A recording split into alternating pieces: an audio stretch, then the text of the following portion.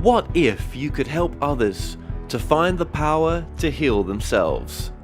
Physically, emotionally, and spiritually. When I started teaching my classes, it was in 2002, and I was just doing the past life regressions and contacting the subconscious part.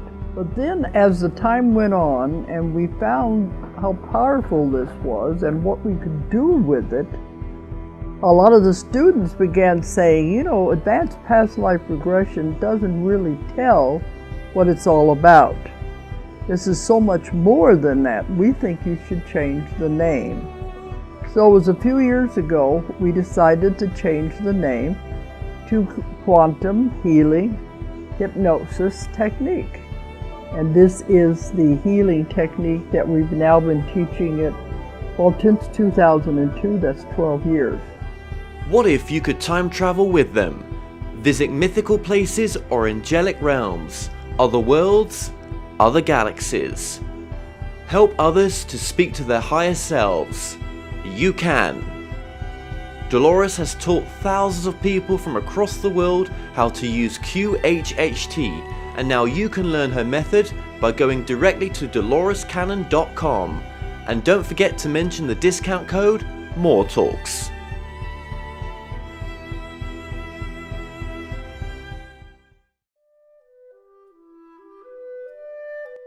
Established over 100 years ago, Watkins Books is one of the world's oldest and leading independent bookshops specializing in esoterica. We have the widest selection of esoteric books in the UK, and our friendly and knowledgeable staff are here to assist you in a unique ambience of our shop. So come and visit us in the heart of London as we're open every day. The More Show is supported by Mindscape, Paranormal and UFO Matrix magazines, available for download on all major digital platforms.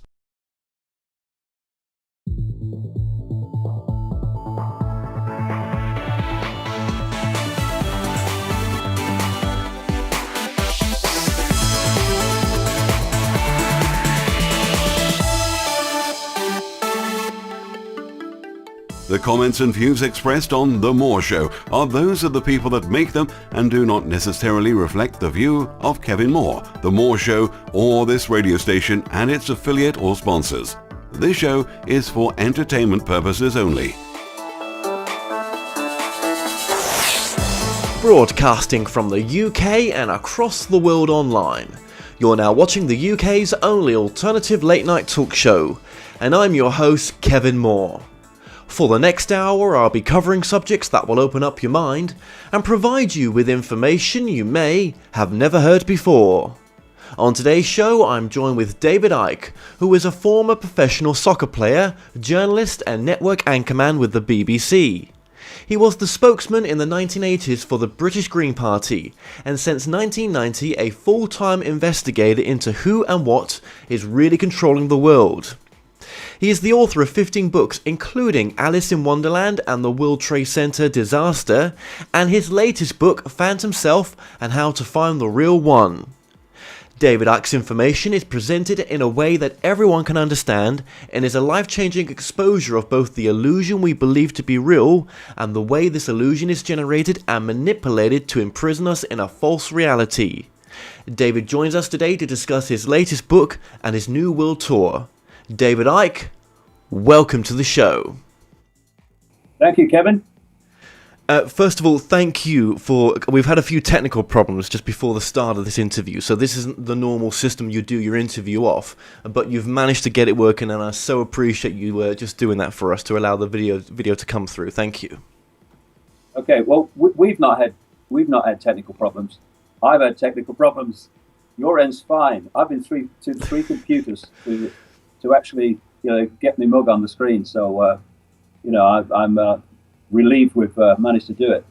Yeah, no, well, it just goes to show you've got all sorts of skills. You have absolutely. You've managed to fix it, which is great. So thank you for that. Thank you. Okay, this is going to be a fascinating interview. When I last had you on, it was for the Perception Deception, which I thought was a great book. never in my wildest dreams did I know that you were working on another book, The Phantom Self. Did you expect to do this book?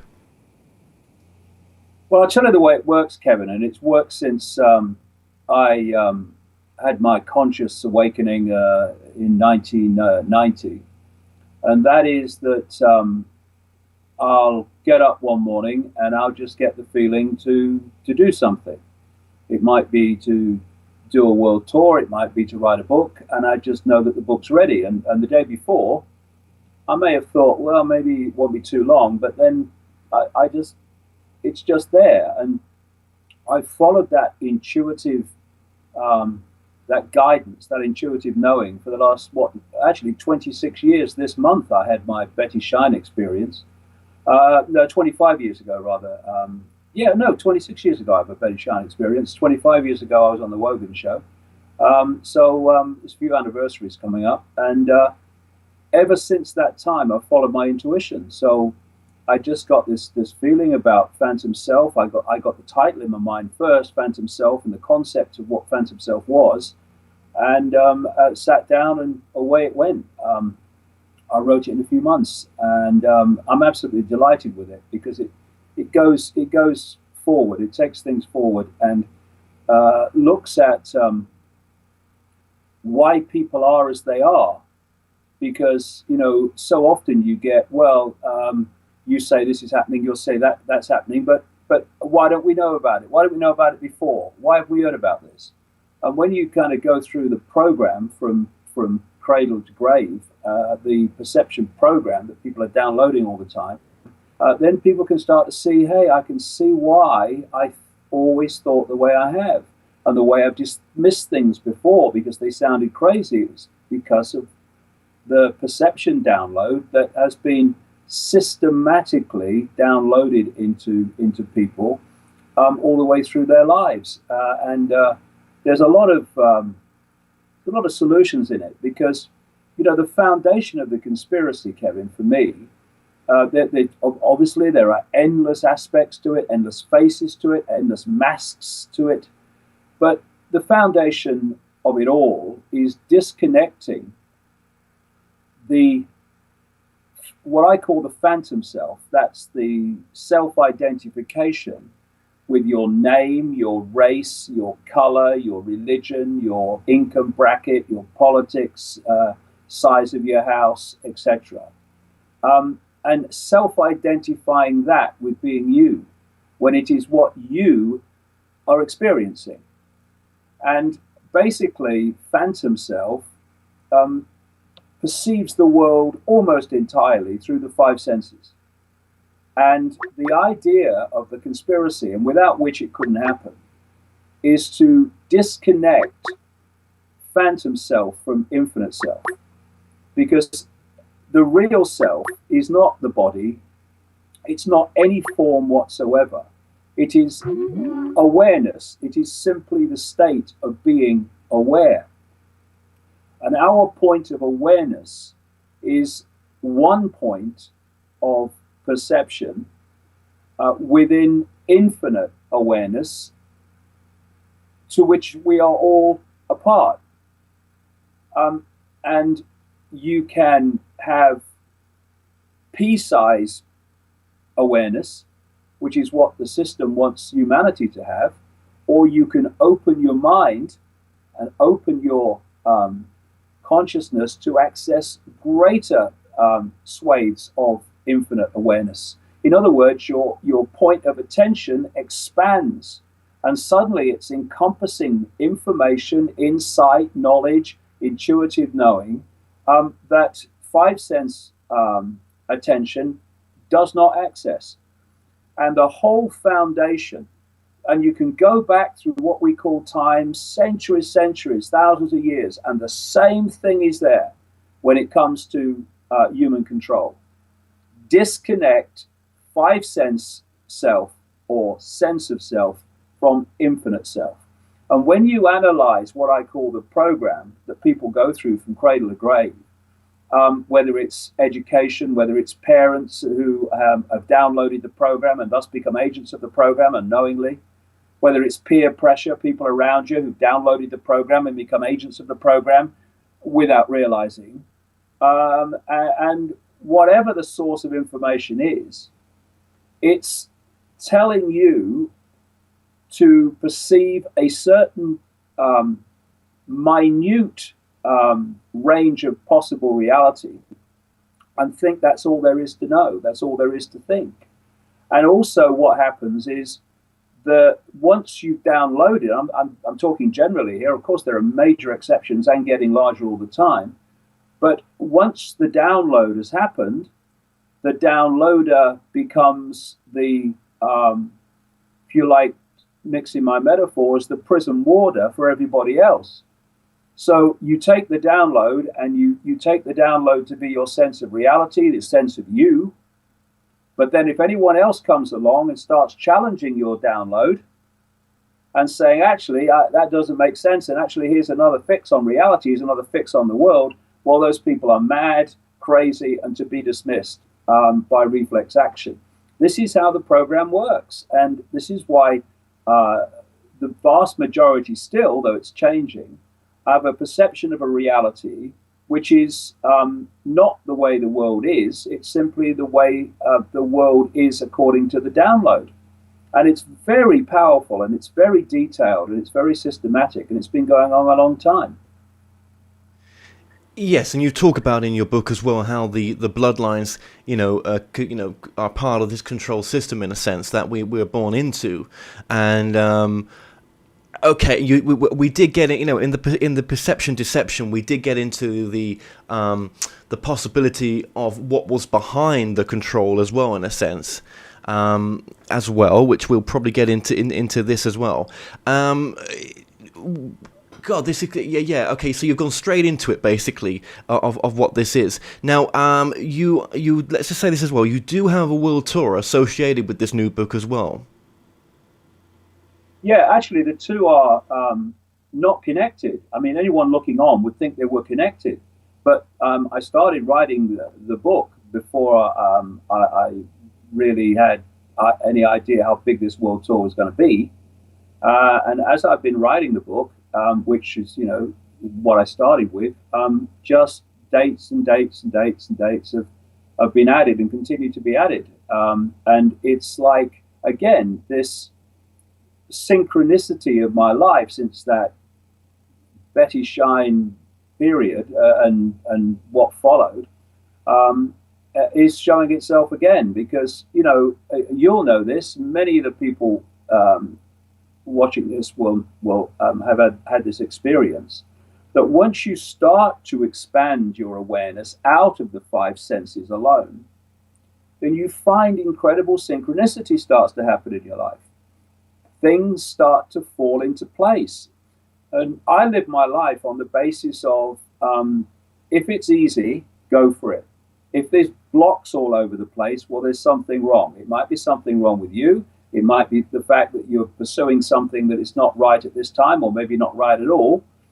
So wait until it falls into place. And my goodness me, how it's fallen into place in the last 6 months. It's just incredible, and goes on being so.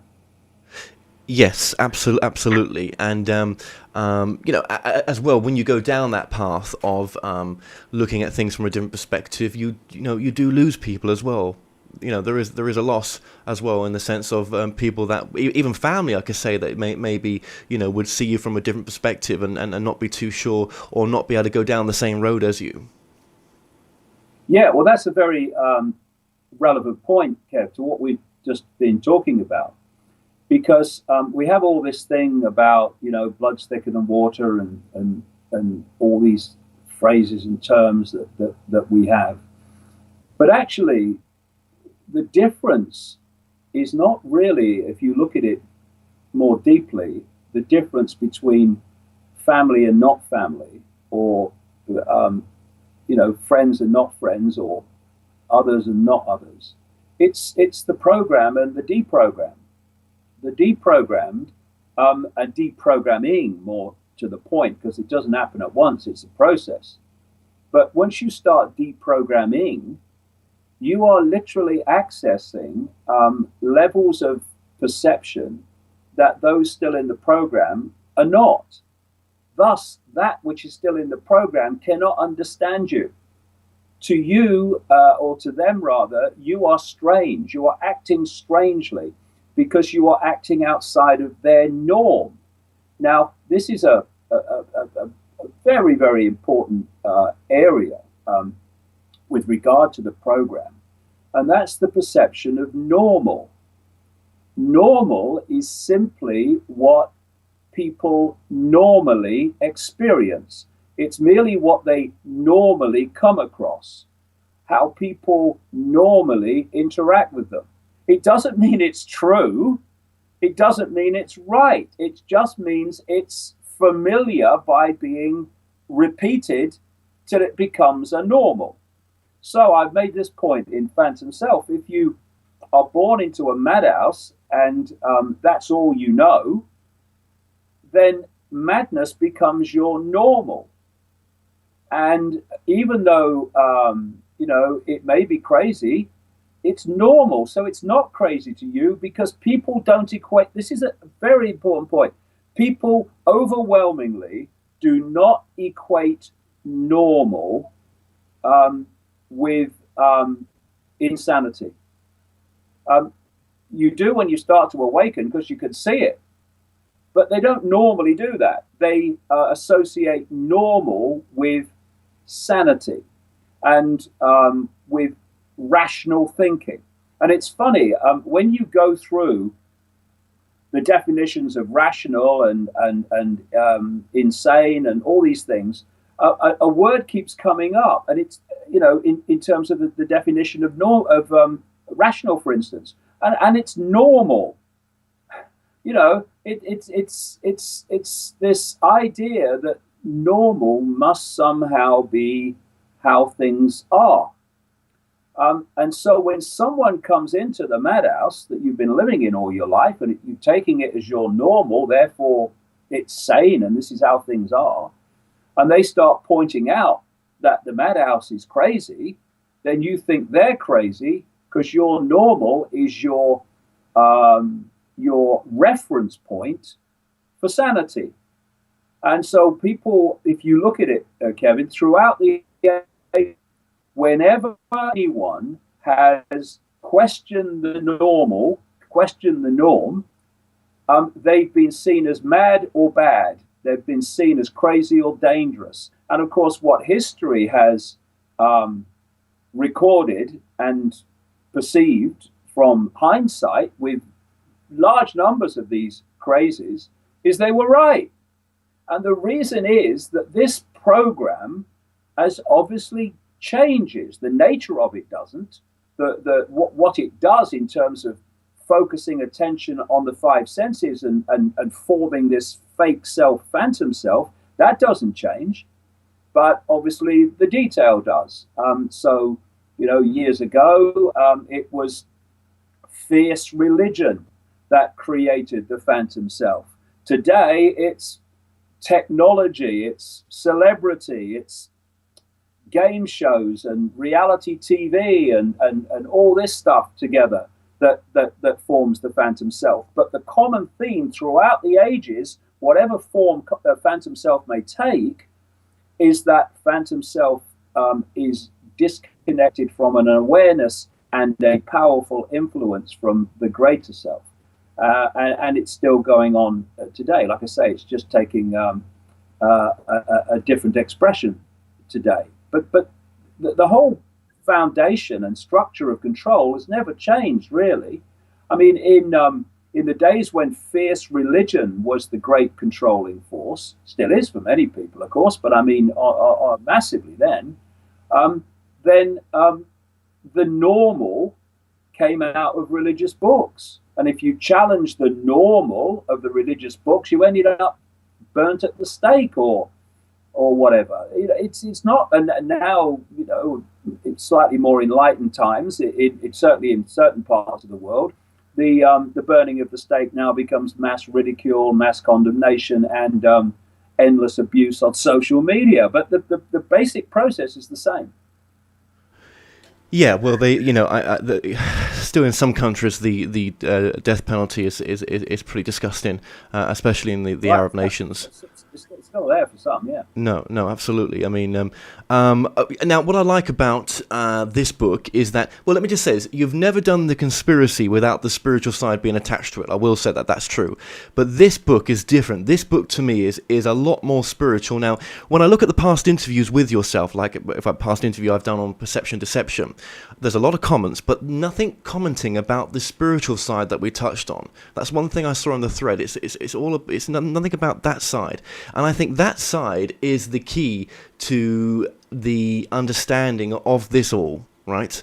And I'm so glad you've this new book really goes into that side of it as well. Okay, there's a number of ways we could take this right now, but let's just stick with the spiritual side in a sense. Now, you were saying before there that the fans himself. Let's just make sure we're clear on what that is. That's the small you. You know, I have a car. You know, I have a small dog. I live in a small apartment. This is my name. Blah blah blah. That's a small you. Where the expansive you, the awareness or the beyond the five senses is the oversoul, the higher self, the God side of us in a sense. That's the two sides. Could you use those words? Well, for me, I use the term awareness. It's the state of being aware. The question is how aware. When you are the totality of infinite awareness in awareness of itself, that's the level that people give labels to, like God and other names. But every expression of awareness is an expression of that infinite awareness. It's not necessarily, and mostly isn't, that infinite awareness in awareness of itself, the totality, but it is a point of attention within infinite awareness. And that these points of attention can take form as with the world that we live in. And if this incarnate, if you like, awareness holds that connection to the greater self, then you're in this world, but you're not of it. You're in this world because through the so-called physical body, it's not really, you are interacting with this reality, this tiny range of frequencies called visible light. But your perception of what you are experiencing is not confined only to that point of attention within the world you're experiencing.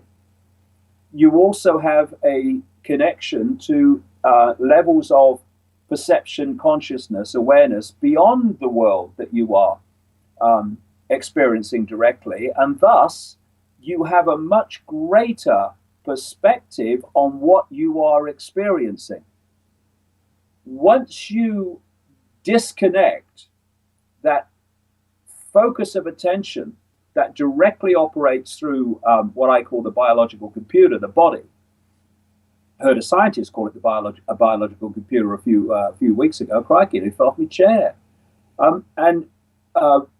When you disconnect and focus that only in the five senses, then that now has to get an understanding of what it's experiencing, where it is, what's going on from within the tiny realm that it's experiencing. So where does it look to get a fix on who it is, where it is, what the hell is happening? It looks symbolically out there. And what comes back? Education, parents who have been through the system and downloaded it and become agents of it. Peer pressure, who've downloaded the program and become agents of it. Media, scientists, doctors, all of which have been through the program and become agents of it. And thus, you can see how you get trapped in a bubble. You get trapped in a closed energetic world within which you are trying to get a fix on that world. You can't get a fix on it because you have no external point of reference from which to observe where you actually are, what you're actually in. I've used this analogy that if you stand really close to a wall and you're staring at the wall, all you see in front of you is a blurred reddish color. And okay, you're in that state, fine. Tell me where you are. Well, I don't know. It's kind of reddy and kind of a bit out of focus, mate. Okay, walk back. Oh yeah, well there's there's some bricks now. Walk back. Oh, it's a house. Oh, walk back. Oh, it's a street. Walk back. It's a town. It's a city. It's a country. Walk back. It's a world. Walk back. It's a construct. It's a construct. We're living in a construct. But if you don't make that symbolic expansion of awareness to levels of yourself, not some bloke in a spaceship, levels of yourself, outside of the bubble, outside of the program, outside of the construct, you can't see what you're in. So you try to make sense of it within it, and all you can do is, in effect, is get your information from those who are telling you where you are when you're not really where they're telling you where you are. And so you become self-identifying with what they tell you are, which is some person who either the whole 70 years and 10 years, if you're lucky, you are either at the end of it going to just become nothingness and just cease to exist, or you're going to be judged by some god and all these other nonsenses that you get within the program relating to death, while we're here, what's it all about. And you're trying to get a grip of that. I'll give you an example of what I mean by how powerful this program is. I was in the old city of Jerusalem in 1993 for about 3 or 4 days. And I had some amazing experiences there, actually, without moving, just lying on a bed in the middle of the old city of Jerusalem. Anyway, it's another story. One day, I'm near the mosque, the big mosque in Jerusalem. And the old city of Jerusalem is very small. It's not like the great, sprawl of the greater Jerusalem. And it's within, obviously, the walls and what have you. And I was standing next to this mosque, and I was watching some Muslim kids playing football. They were just having a game, and they must have been, 6, 7, 8, something like that. And it just occurred to me watching them, because the old city of Jerusalem, even though it's very small, is broken up into quarters. There's a Muslim quarter, a Jewish quarter, a Christian quarter, and an Armenian quarter. And it just occurred to me, watching those kids kick the ball about, that by that age, 6, 7, 8, they would already have a certain perception of the world, of themselves, of life, of what they call God, and Jewish people. But if they'd have been born literally just down the street in the Jewish quarter or the Christian quarter, for instance, they at the same age would have a very different view of themselves, the world, what they call God, and Muslim people or whatever. And the only difference is the information download, in effect, that they have experienced from in the first 6, 7, 8 years of their lives. And when you see that it can be done in such a small area, and the difference in the way the perception of self, phantom self in different forms, how powerful it can be when you're so close to each other. It's just a wonderful example of how powerful this program is. So once you're in the program and your focus of attention, this is the point, your focus of attention is not outward but inward, then the greater self starts being very silent, because the more you focus your attention on this narrow band of frequency, the more your frequency starts to slow down. It starts to get denser.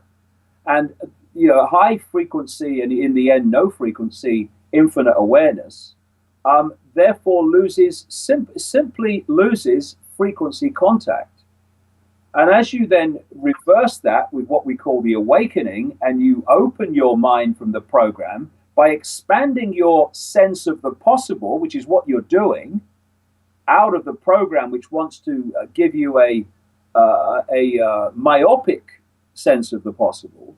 By expanding your sense of the possible, you're expanding and quickening your frequency. Therefore, you start to reconnect with higher frequencies where greater awareness, knowledge, intuitive knowing is available to anyone. You know, these great people of what we call the past, like Leonardo da Vinci and Giordano Bruno, who, when you look at their lives, were massively more expanded in their knowledge in various ways, in terms of Bruno, spiritually as well. People say about those people, because they were so advanced in many ways compared with the world they lived in, they say that they were before their time, but they weren't. They were beyond time. Time, there is no time. There's only clocks, and time is part of this construct to which we are welded, this control system. So what they were doing in their era was expanding their awareness to those levels of awareness where this knowledge that they then expressed in this world, hence people said, oh, they were ahead of their time, where it came from. You know, whether you're knocking rocks together in this timeline, or whether you're on the smartphone, or whether you're flying to Mars, it's the same situation. That level of awareness where all that knowledge, insight is waiting to be tapped into is always there, no matter what you're doing, rocks or smartphones or whatever. And it's there. And the idea of the program is to hold you from getting there, because without that, the program can't exist and can't survive.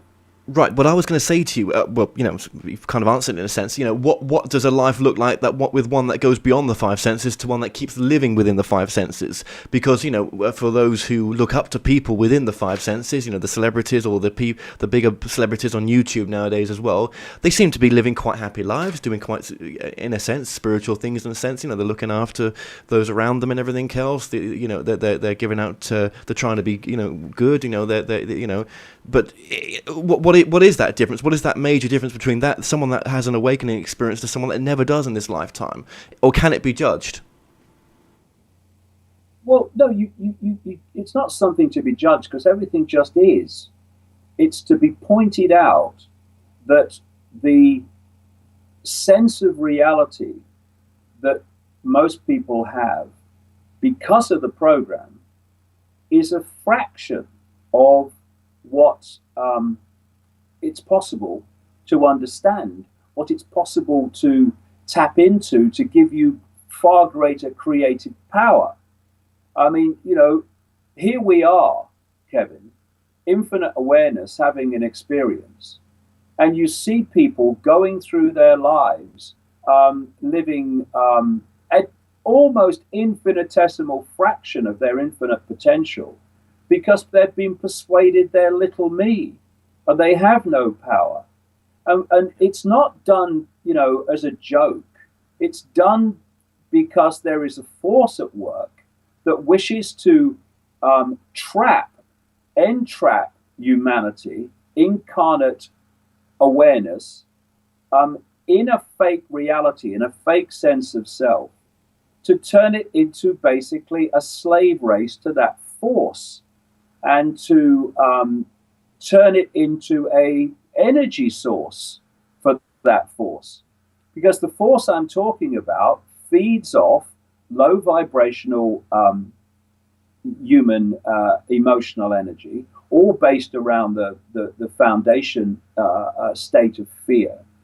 And as I point out in Phantom Self, I suggest that this force that is ultimately behind human control is not something that even takes form, though it can, just as our awareness can take form, it can take form. But its base state is what we call fear. It was when this, you can not just symbolize it, you can be very close to the truth, I think, when you you consider it in the form of something like a computer virus, which, what does a computer virus do? It takes over something that already exists and it distorts it and it feeds off it. A computer virus gets its power from the computer.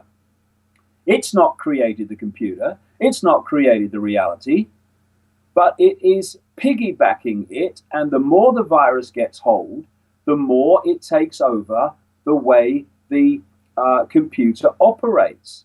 And I would suggest this is happening not just collectively within this quantum computer universe that I suggest it is, it's also happening within the biological computer systems that we call the body.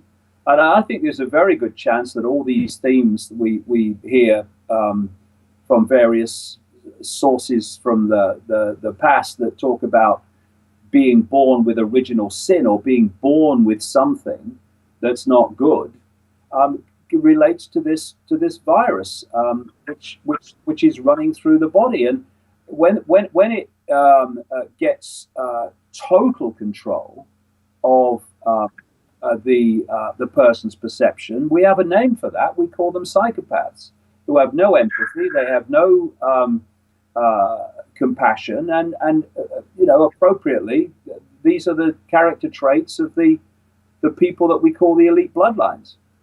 So, if we go beyond five senses and look into the infinite awareness that lies within and take our power back in a sense, then the world could become a much happier, lovable place in a sense, and we could actually find that we've got self-love for ourselves, we've got self-love for each other, and that there is a oneness between us all. What we do to another, we wouldn't want done to ourselves in a sense, and the world would become a lot more, it would become the utopia that we've always looked for. I suppose this is where it may head towards with your work, if we were to look into this direction. But do you think that potentially the phantom self is only in that state because when we incarnate here as a soul, we are erased about our true awareness of who we are, and we're here to remember it through a different way forward, so that we're not supposed to know what our true potential is. We're supposed to relearn it, to relearn what love is, to relearn what oneness is, because that we've chosen to come here in a sense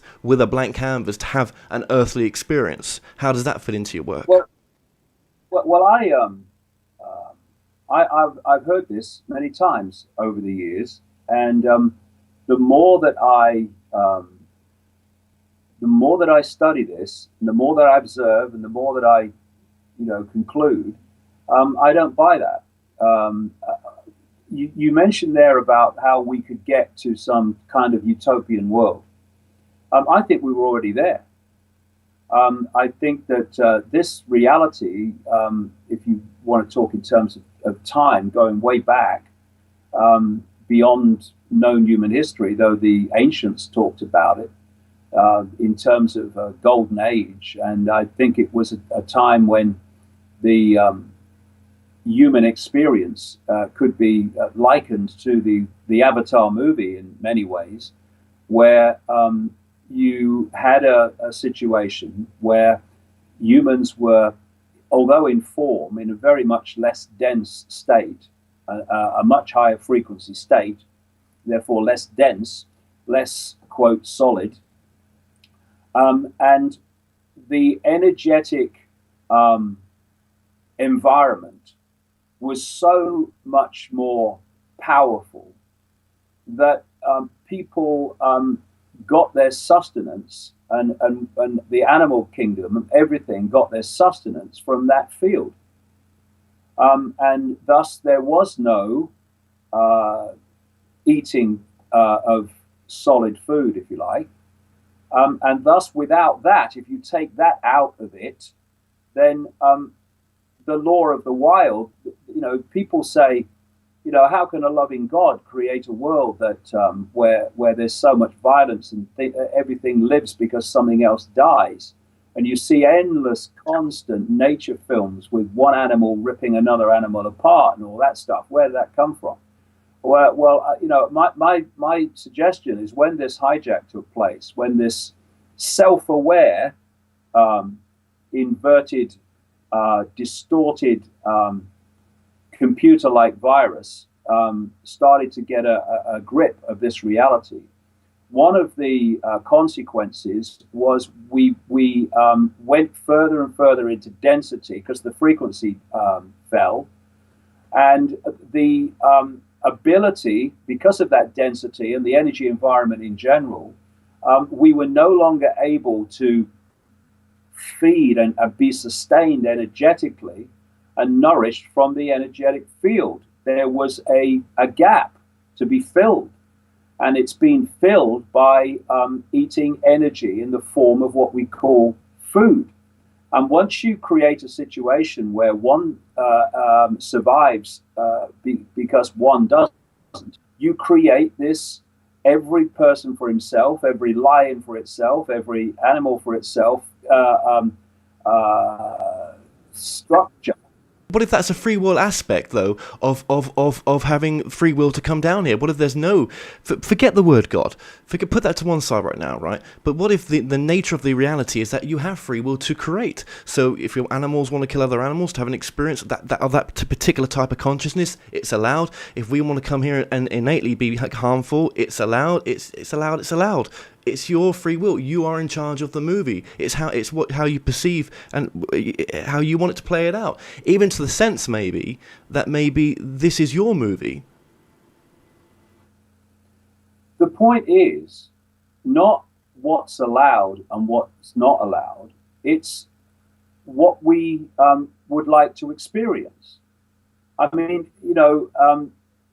if people want to experience the way this world is currently going and where it is designed to go, well, they should experience it and take the consequences of that. What I'm doing is saying, hey, the way this world is going, there are consequences, and there is a force behind it that wants to bring about those consequences. So, I can't change anything in and of myself. I can communicate information that can get people to maybe see, hey, the world's not like I thought it was. It is going in a direction I don't like. So maybe I should try to do something about the way it's going and stop it going there. What people like me are doing is just very simple. We're trying to give people choice. Now, if you are enslaved in five-sense reality to the point where you're not aware of anything beyond it, then you are not in a state of choice. There is no free will, and the manipulation of choice is one of the great foundations of control. We have this idea that we have freedom of choice. If I say in Phantom Self, if I offer you a choice of a cake or an apple, then you have a free choice to choose between them. But they're not the only choices. This is the point.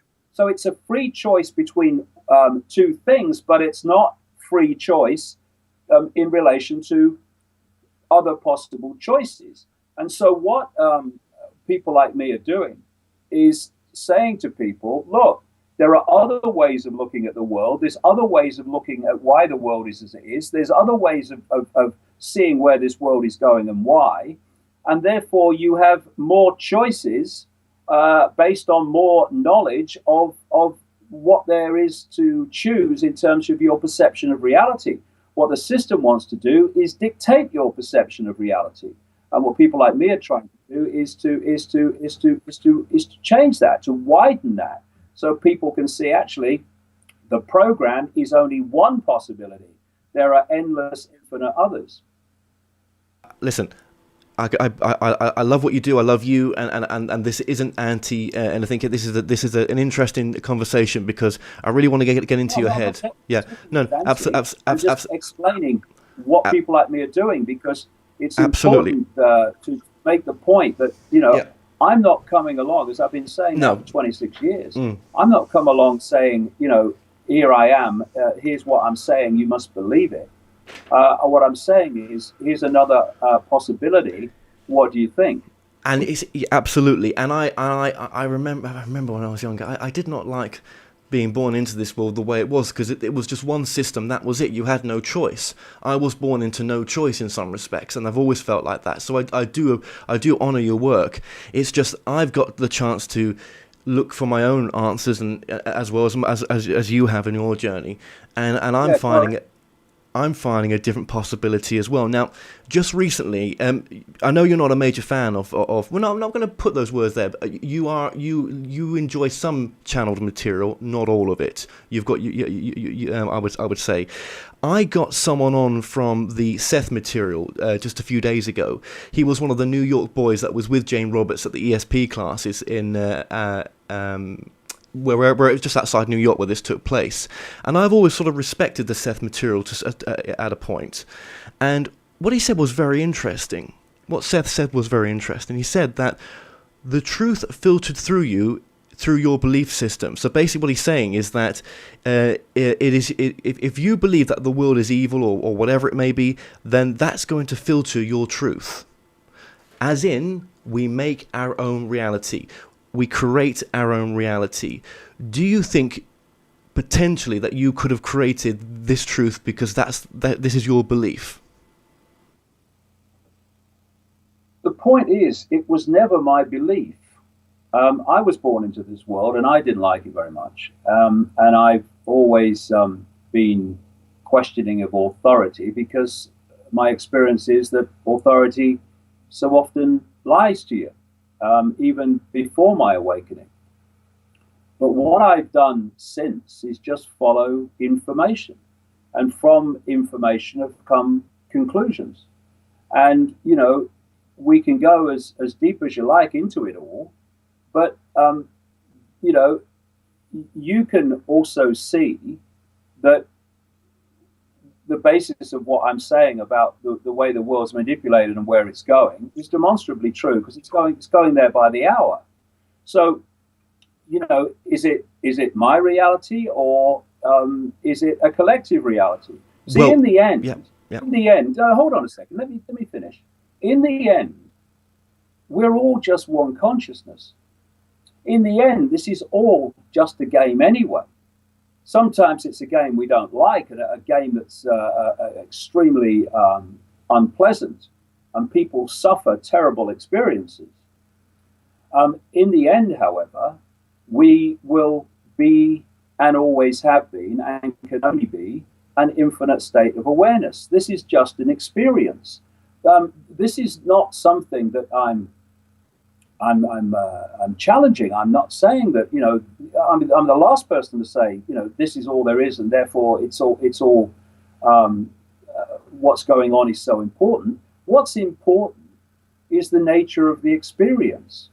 I mean, do people want to live in a world where we can express our true self, or do they want to live in a world where the true self is increasingly being deleted and disconnected, and the transhumanist agenda is to do it technologically? Yeah. I mean, you know, in terms of phantom self being disconnected from infinite self, you've seen nothing yet once they get technology inside people and connect that technology to a technologically generated sub-reality that people like the spokesman for Frankenstein, Ray Kurzweil, is calling the cloud, who says we'll be doing our thinking by 2030.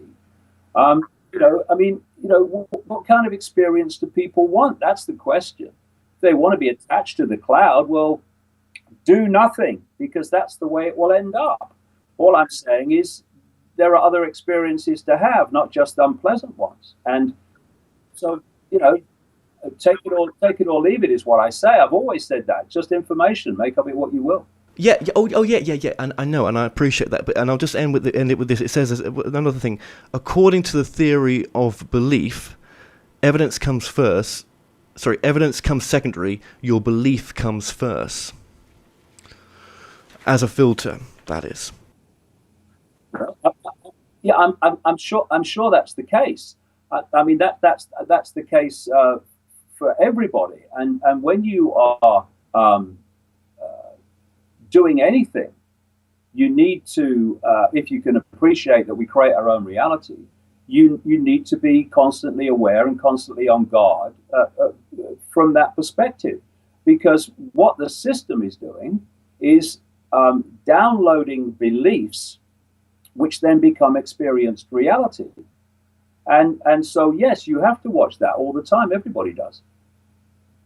You know, someone like Eckhart Tolle, right? He would never come across this. He would never come across the angle you have.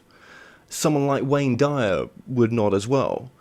They have come here to do their own things with their own teachings in their own way, just as you are as well. But there's all, it's all a different path in one sense with Eckhart and Wayne, but it all comes down to what you're saying as well, which is oneness and unconditional love. It still comes down to that core thing. I think it does. If I was to say... Well, yes, mate, of course it does. And of course, that's what I've been banging out all these years. But, you know, you can just... See, when I look at the way that I'm seen by, you know, the people that are, if you like, in some of the New Age stars, I'm dismissed with a wave of the hand by many of them. In fact, publicly condemned and dismissed by some of them, because they think that it's all about one thing and it's all about their thing. You see, I have this phrase, my dot is the only dot. And what you can do if you come from that perspective is you can think that you've got it with your dot, whatever it is, and therefore someone with other dots, they haven't got it. When from my perspective, to understand anything and to see a picture, you have to connect the dots. You have to see that they're all connected. It's no good. This New Age mentality saying everything's connected, and then not dismiss the fact that everything in this world is connected. And you know, I hear people say, "Oh, you shouldn't talk about what you're talking about. It's negative." Well, okay. So what's negative about a greater awareness of what's going on? We got into this situation by not knowing what was going on. Thus, what's negative about knowing more about what's going on? And I hear people talk about you must let go of fear, and then they say, oh, you mustn't talk about that. It's too frightening. You know, we are infinite awareness, and therefore we should have the state of being, the state of awareness. Certainly, we all have the potential for it, to look at this for what it is, and then decide what we're going to do in response to it. I've been uncovering this now for 26 years. I've had some very challenging experiences with people over the years when they've told me the horrors they've been through. I've been told the horrors that this network of families and this network of control and manipulation has done to people. But I'm not frightened of it. I'm not frightened of any of them. I'm not frightened of what's going on. It just is. Everything just is. And if we're going to try to make a difference in the world, if we think it's not, you know, what's going on is not very nice, then we've got to look it in the eye and face it, not run away and meditate and think, well, you know, hopefully it won't be there when I wake up. Do you know, I remember when I interviewed Marianne Williamson, and it was so true. It resonates so true what she said. You cannot ignore the suffering of others. That's not being spiritual at all. You know, and that's one thing. It pains me when I watch the news with the refugee crisis and I'm eating food, and just to see how they're suffering, it just really gets me. And I'm thinking, well, what the fuck am I doing? I'm not doing enough. Yes, you are. Just I take a deep breath and think, well, you're doing the show. It is getting something out there. You are trying, yeah. But it's you cannot ignore the suffering of people. And I will say this as well. There was no way on God's earth that I was ever going to interview someone like Wayne Dyer. You know, his people, the Hay House organization, just put the metal cladders down straight away with that. They would not allow anyone, unless they had a massive following, to interview him. It was all about the money. And someone like Eckhart Tolle, I remember interviewing his people, and they said, "Oh my God, you've touched conspiracy theories. You've done UFO stuff. I'm sorry, I don't think it fits in." I was like, shit the bed, you know. My dot is the only dot. That's the problem. That's the problem. What they talk about has validity, but it's a dot.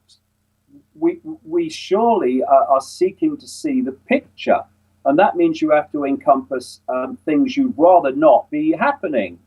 But running away. I mean, you're absolutely right. Running away and kidding yourself. It's all someone else's experience, and it's all in the greater scheme of things. And explaining it away like that, it's just a cop out for doing nothing. So spirituality is not about escaping from reality. It's about facing reality and having the courage to face reality. Indeed, true spiritual awakening doesn't need courage because it doesn't have fear, because courage is just overcoming fear. And so that I see so many contradictions in that whole arena.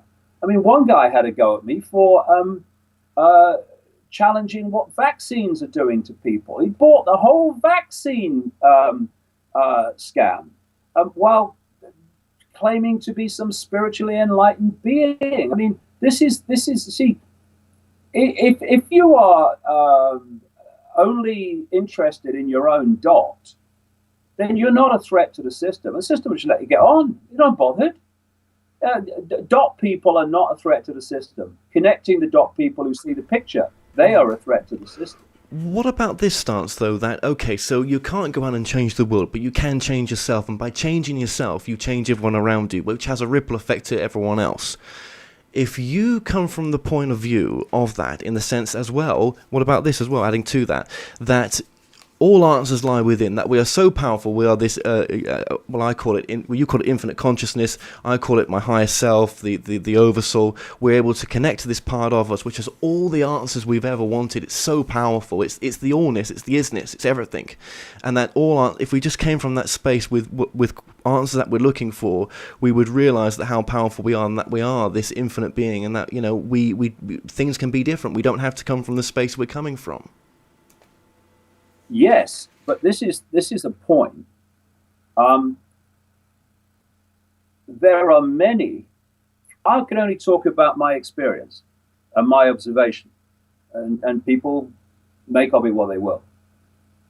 My experience of so many of the people who talk about being spiritual and won't face things they don't want to face, they have convinced themselves they are enlightened beings, and they are working on themselves, and they are making themselves better people in accordance with what they say in their books and what they say on a stage.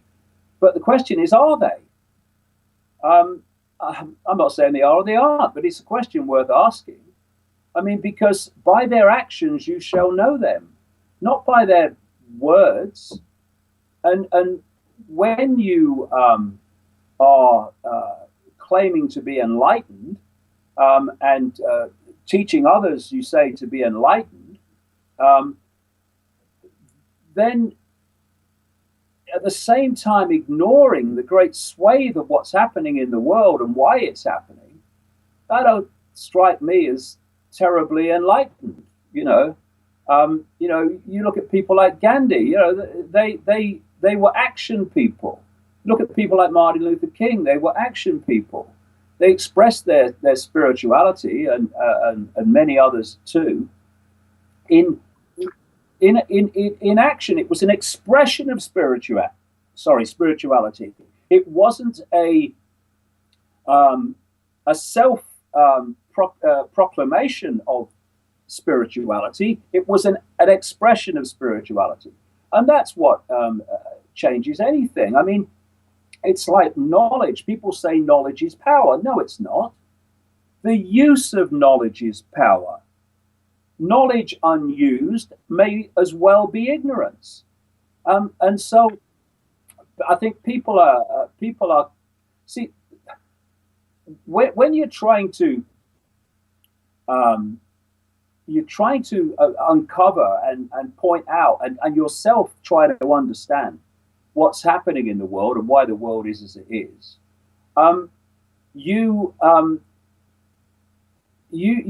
have many kind of challenges on many levels, but those challenges are part of your expression of spirituality. If you only want to, symbolically sit cross-legged on a mountain and be above it all, that's a choice.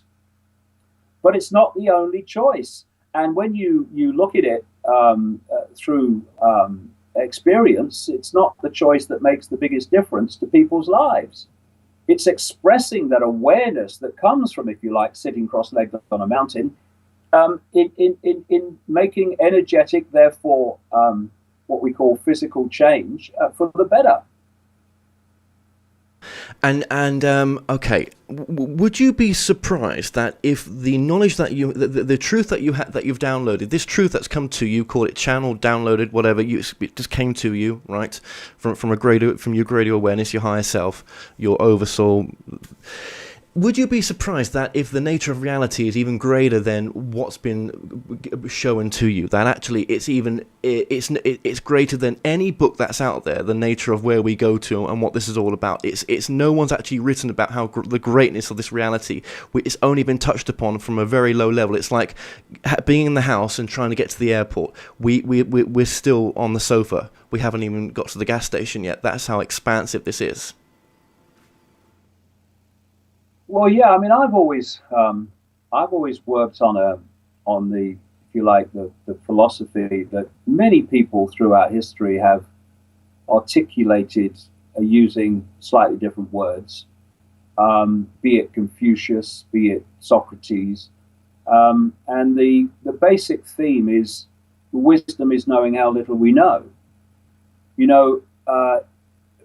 If you ever, especially within the limitation of the body's focus of attention and within this distorted reality, if you ever think you know all there is to know or all you need to know, then you're kidding yourself. To keep your mind constantly open to other possibilities and all possibilities, you have to be aware that whatever you know or think you know is an infinitesimal fraction of what there is to know. This is why I see people, even in the alternative media, in fact, great swathes of it, who dismiss other possibilities by reflex action in the same way that the mainstream does. It's almost, I used an analogy a long time ago of coming out of the womb with a backpack on and a tent on your back, and vast numbers of people pitch their tent after a few strides, and it's here and no further.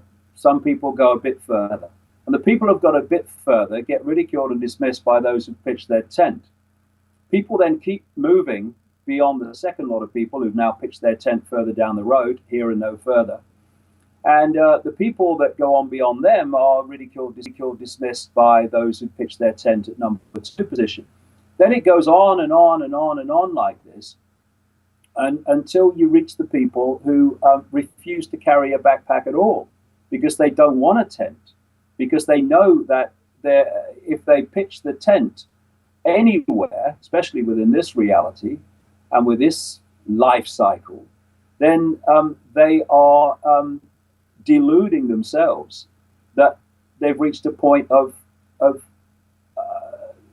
knowledge in terms of its where they need, as far as they need to go. We have this infinite awareness, and thus we have the potential to be more and more infinitely aware. And the more we do that, the more understanding and the greater perspective we have of the world and the reality we're experiencing. And so I will go on to the day I leave this reality, still walking, still knowing that whatever I know is a fraction of what there is to know. But unless you do that, you pitch your tent further back down the road, and from that perspective, you're never going to know so much of what there is to know that is possible to know within this reality. And it's that understanding which essentially, eventually, will get people to see this world and themselves from a different perspective. Phantom self sees itself in isolation from other phantom selves. Thus, it's the perfect environment for divide and rule, for conflict, for playing one off and one group of phantom selves with a group title and label off against others. The way to stop doing that is to reach that point where we are aware that we are all each other. But it's okay, having books published by Hay House, doing it in theory. But how about doing it practically in a world that desperately, desperately needs a reevaluation of its perception? If we are going to stop the direction the world is going in and going faster all the time. Yes, and that's not with any judgment. That is, you're just saying that from the perspective of your truth, which is absolutely fine as well. Exactly. Absolutely fine. People must make their choices. It's ever so simple. Life is ever so simple. Choice and consequence. Choice and consequence. Choice and consequence. That's all it is. And in its basic form. And you make choices based on information available. And whether it comes from experience or comes from other sources. And so you make better choices when you have more information and more, therefore, perspective and context within which you're making that choice. And so people must make the choice. I'm not telling people they must make different choices. I'm talking about choice and consequence, choice and consequence. And from my perspective, is that if we go on making the choices that we have been making up to this point, then the world is going to be a deeply unpleasant place in the not too distant future. For many already, for vast numbers already, it already is. But I'm talking a point where even the ability to free think will be denied by technology and other things. So, people must look at my information if they choose to, and then make a choice on what they do based on that information and what they make of it. It's just simple. Choice and consequence, choice and consequence. And then eventually we leave this reality, go on making choices and taking consequences for all eternity. Well, it does seem to be that from the people that I've interviewed as well, and I've got my own connection now as well, I can go within and ask, but it does seem to be that what you don't sort out down here, you sort out when you get back home, or heaven, or whatever you want to personify it as. So I'm all one for sorting issues out here if you can do, and that's not always easy when you've got other people involved, because they've on their own path as well, but you've got to do your best, I suppose. And also, do you think that we should see the good in people, or the God in people in a sense, and the good within ourselves? When we see the good within ourselves, we can see the good within bad people as well, maybe. Well, first of all, there's a reason why, as someone once said, death is no cure for ignorance, or whatever. It's because our state of being, when we withdraw from this reality, carries an energetic frequency signature based on the state of being we have been in up to that point. Thus, you take that with you. You take that frequency, that state of being with you. So it's true that there are choice and consequences. Don't just end with what we call death. Yes, of course, you try to see the good in people, and as I've been saying in my books way back, and I can say this with absolute honesty. I look at people that are running this world, and I've met many, many people who've interacted with those people and have suffered indescribably, almost unimaginably from those people. But I don't have any hatred for them, because if I want to expose what they're doing so it can be stopped, but I don't have any hatred for them, because if I have hatred for them, I become them. And what's the point in that? You know, you can uncover deeply unpleasant things without being frightened of them. You can uncover deeply unpleasant things without being pulled into their frequency. And you can uncover deeply unpleasant people without hatred. Because the only person that suffers from hating someone else is the hater. But there's a difference there's a balance between hating these people, and I see a lot of that, of course, in the alternative media, and also at the other extreme, seeing good to the point where you don't see what they're doing. And you say, oh, no one will ever do that. No, they'd never do that. They'd never do that. No one would do that. No, you wouldn't do that. They would do that. And we need to face the fact they're doing it, or it's going to go on. You know, and it's okay, people saying, oh, you mustn't say this and you mustn't do that, you mustn't do that. What about the people who are suffering? What about the kids who are suffering? What about the people all over the world that are suffering daily because of the actions of this network? What about the people in Libya who were bombed from the sky mercilessly? On the pretext of protecting them from violence, let's forget about them, because I'm just gonna meditate. Well, meditate, get some insight, and then let's see how you're going to express that in the world, so that we don't have people being bombed from the sky. I mean, you know, it's again, it's choice and consequence with whether you ignore what's going on or whether you try to make a difference to it. It's choice and consequence. There's always consequences in the end.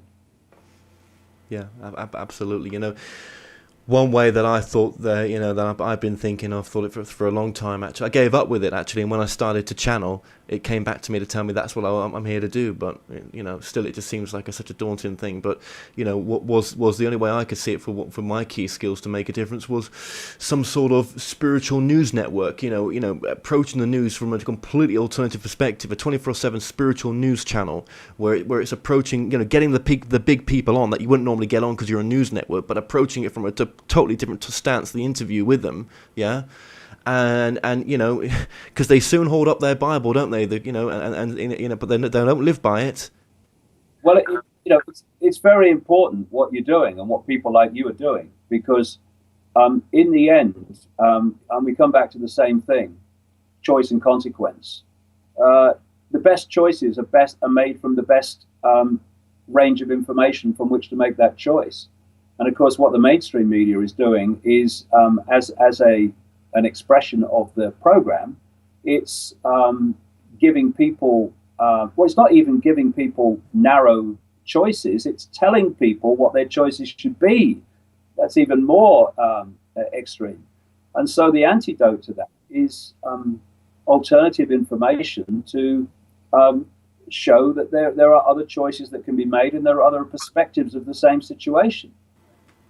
But a news network, not a network. See, I always thought it would be a network that had other people's shows like this on there. I don't think that's the right perspective to do it from anymore. That's just my truth. I think it's got to come from the news. You know, imagine when the Paris shootings happened, approaching that not just from an alternative approach like Alex Jones would do, but from that spiritual perspective. Imagine that. It'd be so different. And that's the perspective that we don't get. But, you know, yeah, I'm not saying there's anything wrong with Alex Jones. I'm just saying that, you know, I just think that there's another perspective in all this as well. So what perspective would you have put on the Paris events from this news network point of view then, Kev? From a spiritual perspective, you know, I would have done, well, I don't know exactly, but just imagine that you've got someone there that's some sort of spiritual guru, and not guru, but someone that's, you know, time served in that arena, spirituality, and that looks at it from the sense that, well, there may have been a bigger picture why this has happened. You know, there may have been choices involved here. You know, souls choose to do things. I don't really thought it out completely, but it would be from something that brings people back to who they are. That, I don't know. I haven't got all the answers, have I? But it would be a spiritual perspective. I don't even know what that means really, but it would be from something like that. And people will watch this and think, well, he's not got a fucking clue what he's talking about, really, has he? You know, but you know, that's the intuitive feeling of it, a spiritual perspective. But what the bigger picture of that is, I don't know. Well, you know, I think, you know, whatever you bring up, whatever we're talking about, it comes back to the same thing. Expansion of awareness out of the program. Expansion of awareness out of the program doesn't just give you a greater fix on how the world's manipulated. It gives you a greater fix on you. It gives you a greater fix on reality in general. It gives you a greater fix on the great infinite forever. It gives you a fix on everything. You know, it's not just about waking up to how the world's manipulated. That's only part of it. And so, you know, so much for me, this is not just my view, of the alternative media, has not awakened to expansions of consciousness. It has worked it out intellectually, which you can do. If you ignore all the, you know, spiritual, for want of a word, I don't like the word myself. I don't know why I don't like it, but I don't. I think it has connotations, that's why. But if you ignore all that side of it and you just focus on the world, you can, if you stay in the 5 sense level of the manipulation, the names, days, places, connections, secret societies, you can work it out, at least to some extent, intellectually, if you have that perspective. But if you only work it out intellectually, you only stay within that perspective. Thus, your only solution is from within this reality. So it's stockpiling weapons and stockpiling food, and it's fighting the enemy. And that's what much of the alternative media is, I think. It's far from all of it, but much of it. And I'm not knocking that either, because that level is necessary to let people see that there are other ways of explaining world events, even at that level.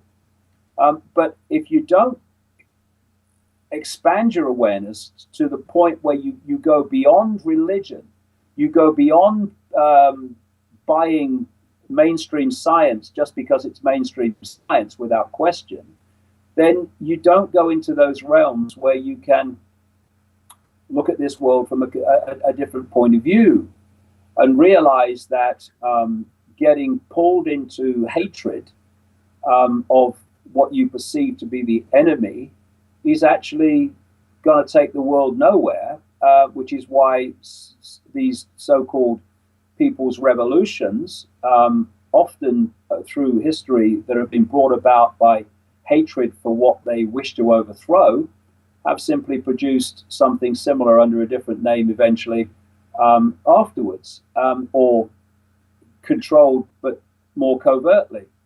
And it is a spiritual revolution that we need, not a physical revolution, because the physical revolution will express the spiritual revolution. And by spiritual revolution, I mean a revolution of our sense of identity, so that we come from this perspective of being infinite awareness, having an experience, instead of self-identifying with the experience. And that alone will expand the range of infinite awareness that you're accessing, thus the insight, the intuitive knowing that will come from that. So, you know, when people say to me, what can I do? Well, there are practical things you can do. I mean, you know, people say there's nothing I can do, and there's phone-in radio shows all over the the dial every day. I mean, you can. There's nothing you can't do. But in the end, when people say, "What can I do?" the answer is only you know. But so when you access that level of yourself beyond the program, then you can get the insight of your particular contribution. Okay, what can I do? What can I do? What can I do to make a difference in the way that I want to make a difference? And what then happens once you tap into that and you're willing to go with it, then the synchronicity starts to happen where you end up clearly being taken along a certain path, which is leading in a certain direction for your particular contribution. It's no good saying once you say to people, yeah, but what can I do? Tell me what to do. Because what you're doing is externalizing your power then to me or someone else. So instead of a politician or somebody else, some priest, you're externalizing it to me. What people must do is, again, you mentioned it earlier, work on themselves instead in terms of deprogramming themselves from the download of perception, and then follow where it guides them.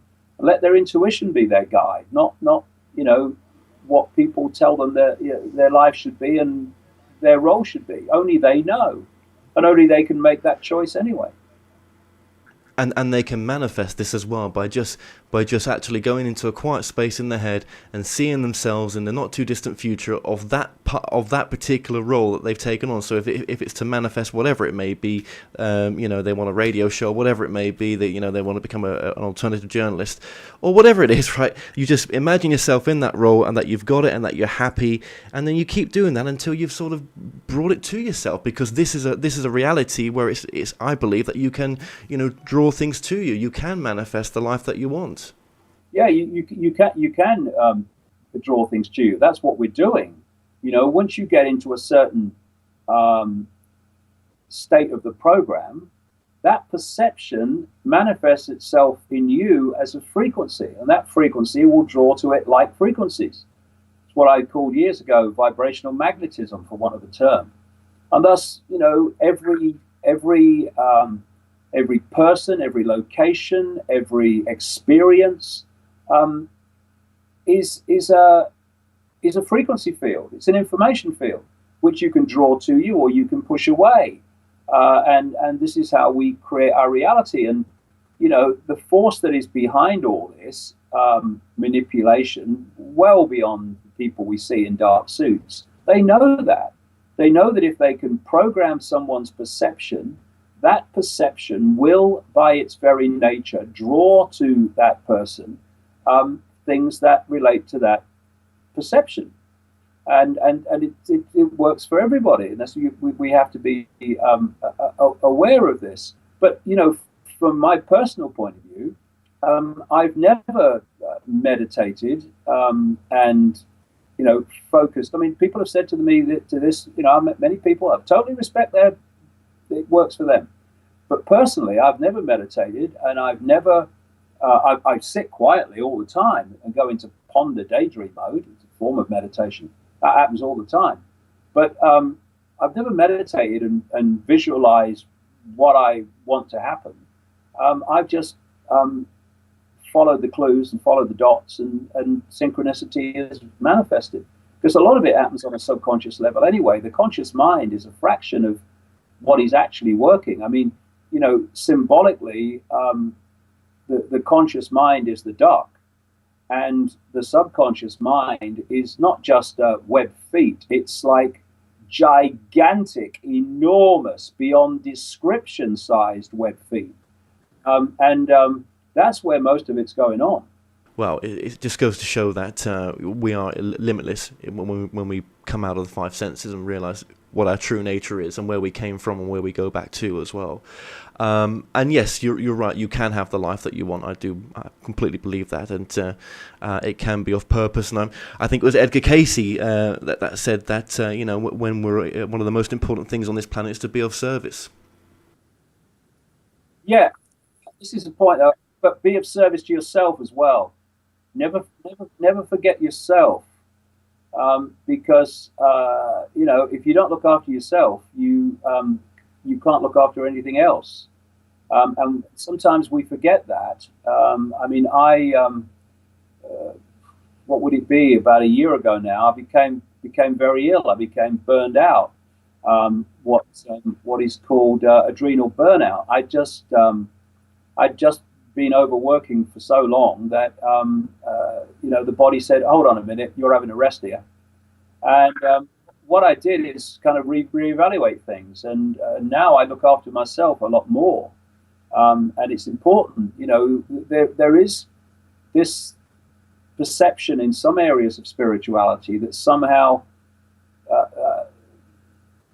giving of yourself to the point where you basically forget about yourself and it's all service externalized. That's called spirituality.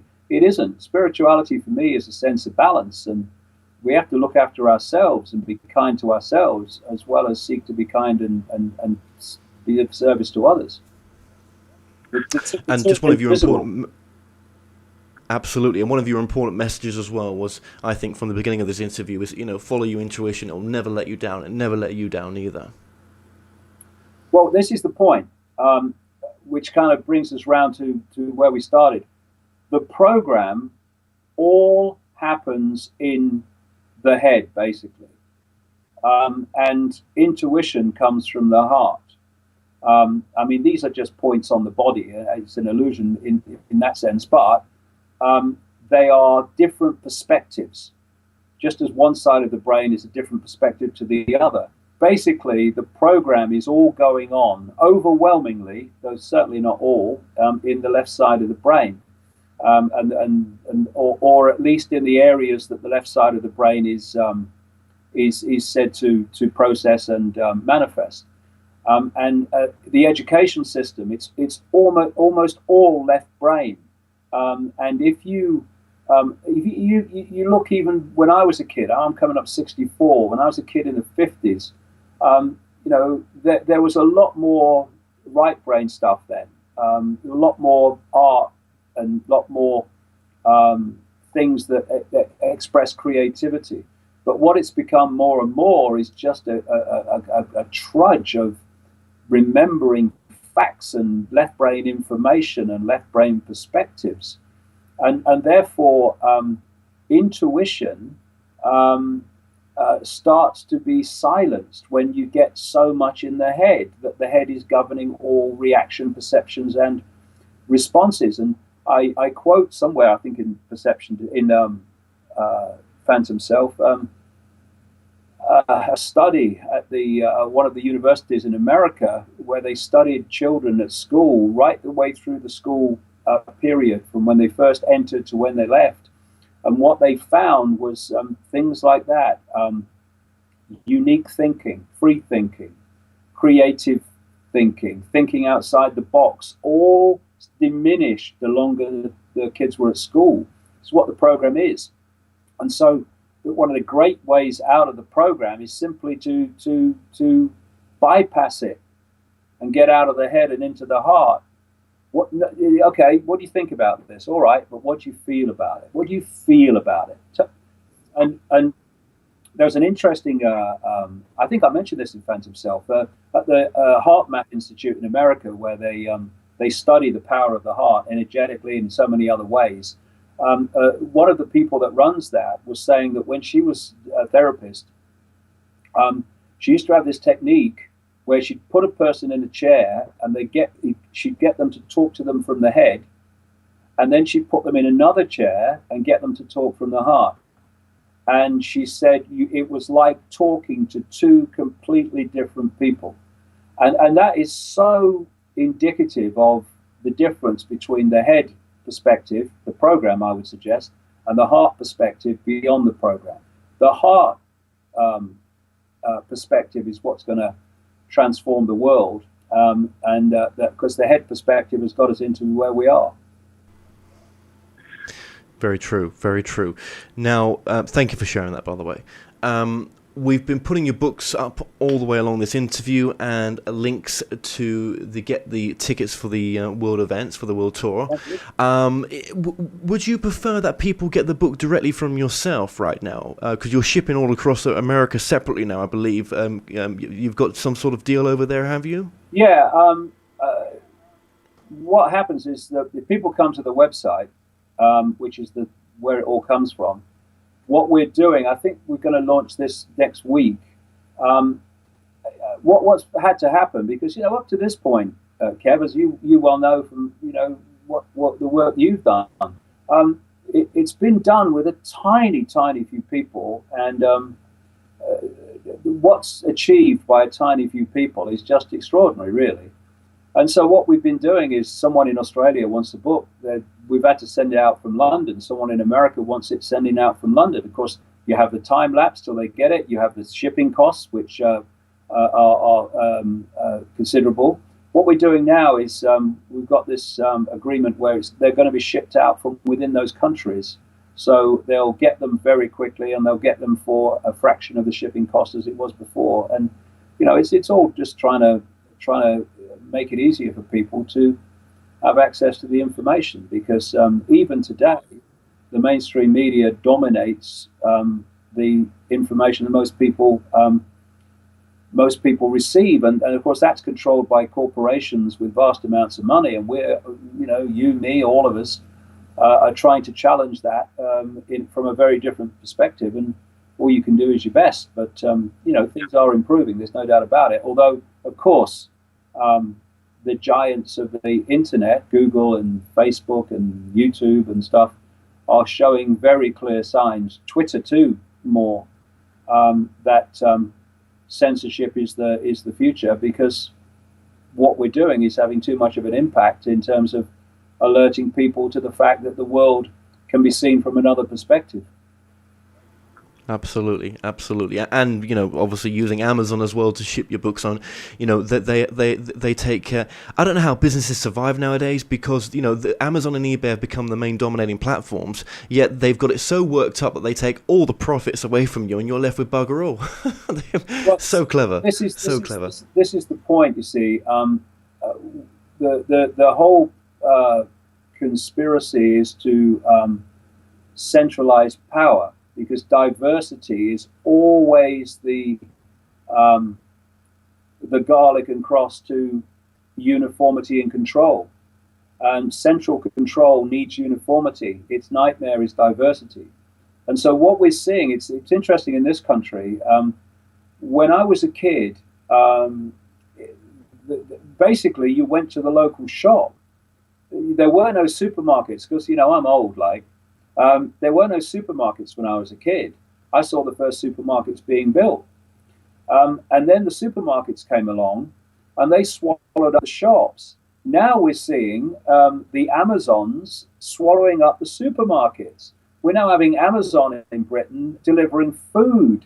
And they started off with books, and Amazon's a monster. The idea is that a few corporations control everything, and there is no small business, there is no medium business, there is even no big business in the end, just giant corporations.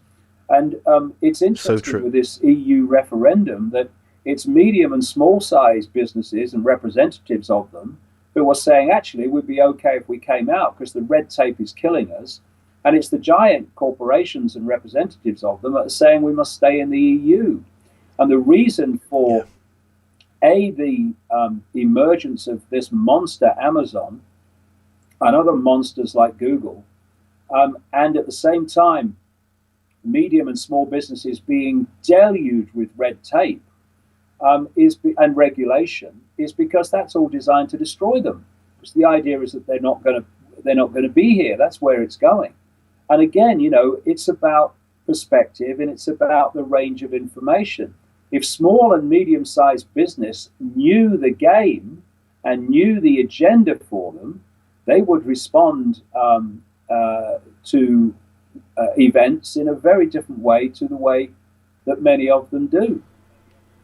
Yeah, absolutely. It's It's interesting, isn't it? I find your work absolutely fascinating, and I'm so glad to have had this conversation with you. I hope this helps a lot of people, this interview. For me, Yes, it's really... mate. I mean, it's lovely to talk about these things, because you don't always get a chance to. Well, no, yeah, but absolutely, thank you. But for me, for yourself, it's really expanded. Again, you come from a completely different standpoint as compared to some, but it's so bloody interesting to hear your viewpoint and your truth, and to hear an opposing truth as well compared to what's always out there. Because again, it just really makes you think, and you've made me think again, and it's been a very, very fascinating interview with yourself. It really has. Yeah. Well, David Icke, I'd just like to say thank you so much for joining us today, and I wish you all the best for your world tour. And please, anyone that gets a chance to go see David, please do, because it's a fascinating day, basically, at an amazing conference it will be. So please, when you get a chance to get a ticket, please do. Thank you, David. Cheers, Kevin. Talk to you again. Bye. Well, we've come to an end on tonight's show. Don't forget that you can listen and watch all our past interviews on the More Show's official YouTube channel. Remember to subscribe to our YouTube channel for new daily shows.